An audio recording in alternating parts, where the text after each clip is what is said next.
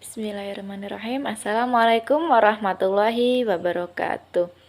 Kepada Bapak Hervin Yogi Pradikta selaku dosen mata kuliah Filsafat Hukum Islam yang saya hormati, serta teman-teman yang saya banggakan.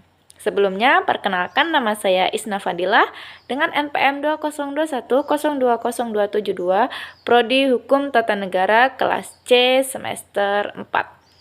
Di sini saya akan menjelaskan tentang makna hakikat sesuatu menurut filsafat.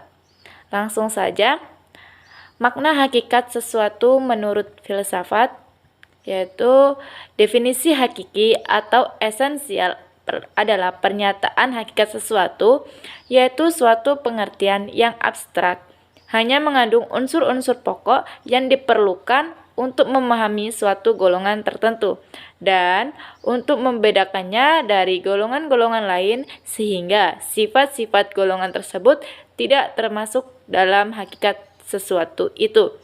Kemudian definisi yang disebut dalam ilmu matematik atau logika sebagai jami atau yang memuat dan mani atau yang menolak adalah definisi yang paling penting dalam ilmu pengetahuan dan filsafat. Kemudian, definisi itu tersusun dari jenis yang terdekat atau genus proximum dan perbedaan spesifik. Kemudian, jenis atau genus ialah setiap pengertian yang menyatakan hanya sebagian dari hakikat sesuatu. Artinya, pengertian tersebut belum menyatakan hakikat sesuatu itu seutuh-utuhnya. Kemudian, perbedaan spesifik ialah setiap pengertian yang membedakan golongan spesies dari jenis genusnya, misalnya berakat budi, membedakan manusia dari hewan. Kemudian pengertian filsafat hukum Islam, yaitu yang pertama, filsafat hukum Islam terdiri dari 3 kata, yaitu filsafat, hukum, dan Islam.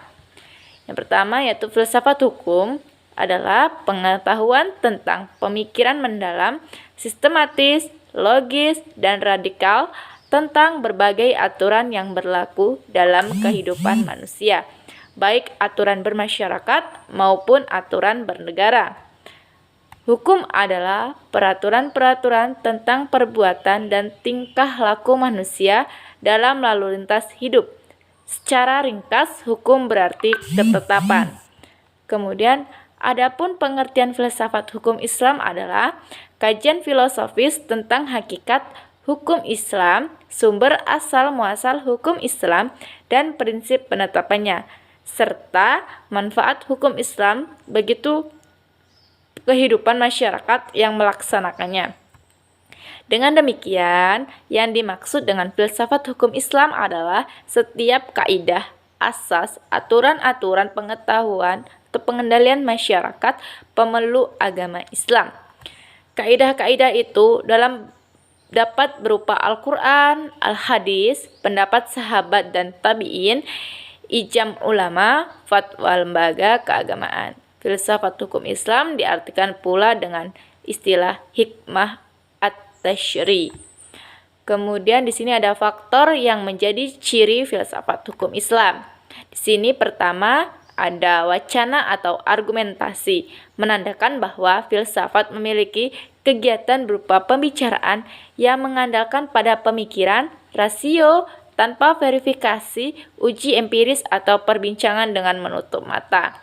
Kemudian, kebenaran filosofis tidak memerlukan pembuktian-pembuktian atau tidak perlu didasari bukti kebenaran, baik melalui eksperimentasi maupun pencarian data lapangan. Kemudian yang kedua ada segala hal atau sekalian alam. Artinya, semua materi pembicaraan filsafat adalah segala hal menyangkut keseluruhan yang bersifat universal. Tidak ada yang tidak tersentuh oleh pembicaraan filsafat. Kemudian, ada atau tidak ada permasalahannya, filsafat merupakan bagian dari perbincangan. Hal itulah yang membedakan antara filsafat dan ilmu pengetahuan yang membicarakan lingkup tertentu. Semua yang dikaji oleh ilmu pengetahuan dijamah oleh filsafat karena inilah universalisme filsafat. Yang ketiga ada sistematis, artinya perbincangan mengenai segala sesuatu dilakukan secara teratur, mengikuti sistem yang berlaku sehingga tahapan-tahapannya mudah diikuti. Dengan demikian, perbincangan tersebut tepat atau tidak dapat diikuti dan dikaji oleh orang lain, meskipun pada akhirnya hanya ada satu pengertian mengenai sesuatu yang dimaksud. Yang keempat ada radikal, artinya sampai ke akar-akarnya, sampai pada konsekuensinya yang terakhir. Radix artinya akar, yang juga disebut arch atau sebagai ciri khas berpikir filosofis. Perbedaannya dengan pengetahuan adalah adanya asumsi sebagai titik tolak yang disebut sebagai keyakinan filsafati. Yang kelima yaitu ada hakikat, merupakan istilah yang menjadi ciri khas filsafat. Hakikat adalah pemahaman atau hal yang paling mendasar. Jadi, filsafat tidak hanya berbicara tentang wujud atau materi, sebagaimana ilmu pengetahuan, tetapi berbicara makna yang hakikat terdapat di belakangnya. Dalam filsafat, hakikat tersebut sebagai akibat dari berpikir radikal. Berdasarkan 5 ciri berpikir filosofi tersebut, dapat diambil pemahaman bahwa filsafat merupakan kebebasan berpikir manusia terhadap segala sesuatu tanpa batas, dengan mengacu pada hukum keraguan atas segala hal. Bahwa sekalian alam dan segala hal dapat dilihat dari berbagai hal sudut melalui kontemplasi, pemikiran yang sistematis, logis, dan radikal.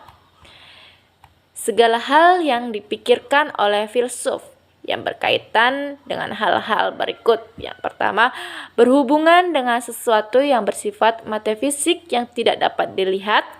Kemudian berhubungan dengan alam semesta yang fisikal dan terbentuk oleh hukum perubahan, segala sesuatu yang rasional dan irasional, semua yang bersifat natural dan supranatural, berhubungan dengan akal, rasa, pikiran, intuisi, dan persepsi, sehubungan dengan hakikat yang terbatas dan yang tidak terbatas, berhubungan dengan teori pengetahuan pada semua keberadaan pengetahuan manusia yang objektif maupun yang subjektif, berhubungan dengan fungsi dan manfaat segala sesuatu yang didambakan manusia dan dihindarinya, berhubungan dengan kebenaran spekulatif yang bersifat rasional tanpa batas sehingga berlaku pemahaman dialektis terhadap berbagai penemuan hasil pemikiran manusia, tesis yang menghasilkan antitesis dan terciptanya sintesis.